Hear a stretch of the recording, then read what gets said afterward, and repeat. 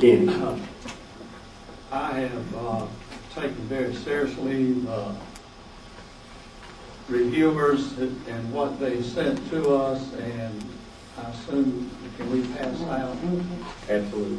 to the board members my findings, and I would like to speak to that briefly. That'll be fine. All members of the state board are being presented with a statement for the record containing my academic credentials and my research of several of the items of concern expressed by Dr. Skipper and Mr. Forsland, the critiquing reviewers, and the reply to these concerns presented by Dr. Miller, the co-author of the text. Dr. Miller's presence with us today is appreciated. However, Dr. Miller will not be physically present to assist in our classrooms with questions concerning the validity and the reliability of the material contained within his text. And the current edition of his text is the concern. In order to assess the validity and reliability of the pro and con argumentation between Dr. Miller and the reviewers in several areas of perceived error and misconception, recognizing that time did not permit a complete review, I have researched the writings and the ongoing research activity in evolution biology. In my research, I did not find anything of substance to contradict the reviewers. If there is conflict of opinion of the areas that I reviewed, which you will have, the conflict must be resolved in favor of our students' welfare. Standards may be met. However, I did find in my research a consensus that the origin of the life that we live, the witness of its adaptations, and the witness of its evolution through the fossil record of the past is an incomplete mystery that the genius of man may one day solve. I also found I need to assure that neo-Darwinism is not allowed to project lies that could once again allow the emergence of social Darwinism. In spite of Dr. Miller taking offense to the reviewer's statements concerning social Darwinism and the hundreds of thousands who may have perished because of that, it is stated in the University of California Museum of Paleontology's biography of Ernst Haeckel that Haeckel believed politics is applied biology. In Nazi Germany, the teachings of Ernst Haeckel, a discredited Darwin evolutionist who is often quoted in this text, were used by the Nazi Party to carry out its social and racial solutions. During the 2008-2009 school year, my eldest granddaughter will be in a college prep honors biology class.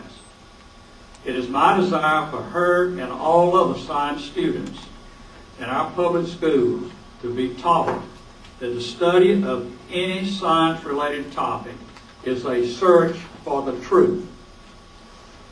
As the reviewers of this text stated, there is a methodology called the scientific method that should be applied in searching for the truth in the teaching of all of the sciences.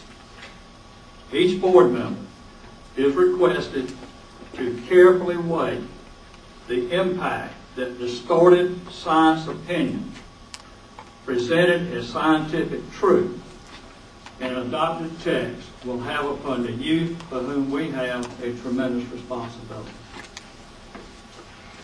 Okay, thank you, Mr. McGee. Ms. Hubbard.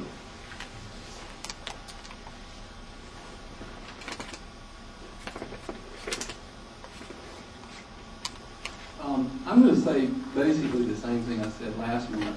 And, you know, I'm sort of embarrassed that we've required so many specialists to come here to discuss this today. I keep hearing people talk about facts and truth, and right and wrong, and probably, if the truth were known, all of us are wrong. And, you know, we're discussing something that really has no answer. These theories are just theoretical, and that's what they are. So when we say truth and proof, there is evidence to support a hypothesis, but there's no reason not to allow each student in the state of South Carolina to be exposed to commonly held beliefs. And we don't need to go back and try to decide whether the world is flat, whether we are geocentrists, whether the Earth is the center of the universe. We don't need to discuss whether, we don't need to rehash the Scopes monkey trial. This is, I'm in favor of adopting these texts. I used them last year in middle school, and I think they were super texts, and I think we should go ahead and adopt them. Thank you. Got any Mrs. Sandra?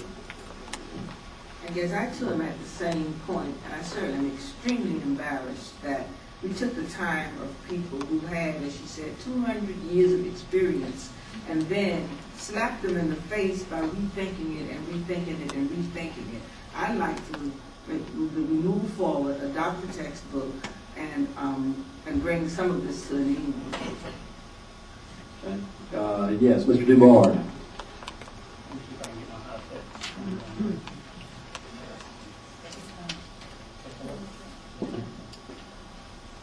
I'm with Hampton and Diane on this.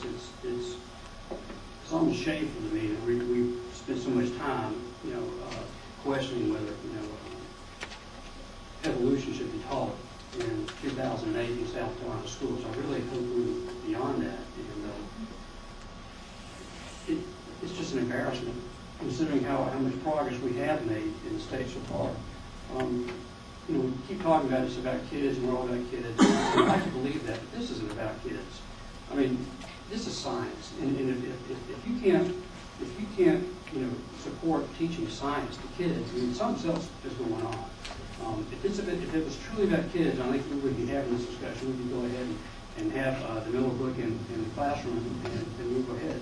It also disturbs me, as Diane mentions, that as I understand it, this board adopted standards for biology. We appointed 11 people to go and review textbooks. They did their job as according to the standards we approved and the people that we asked to do this. And now we're second guessing this to really an infinitesimal level. And I encourage those of you who are upset about this, we back up. If we keep on this route, we're going to be grading papers in science classes, and I don't want to see this go that way. Thank you, Mr. Dubois.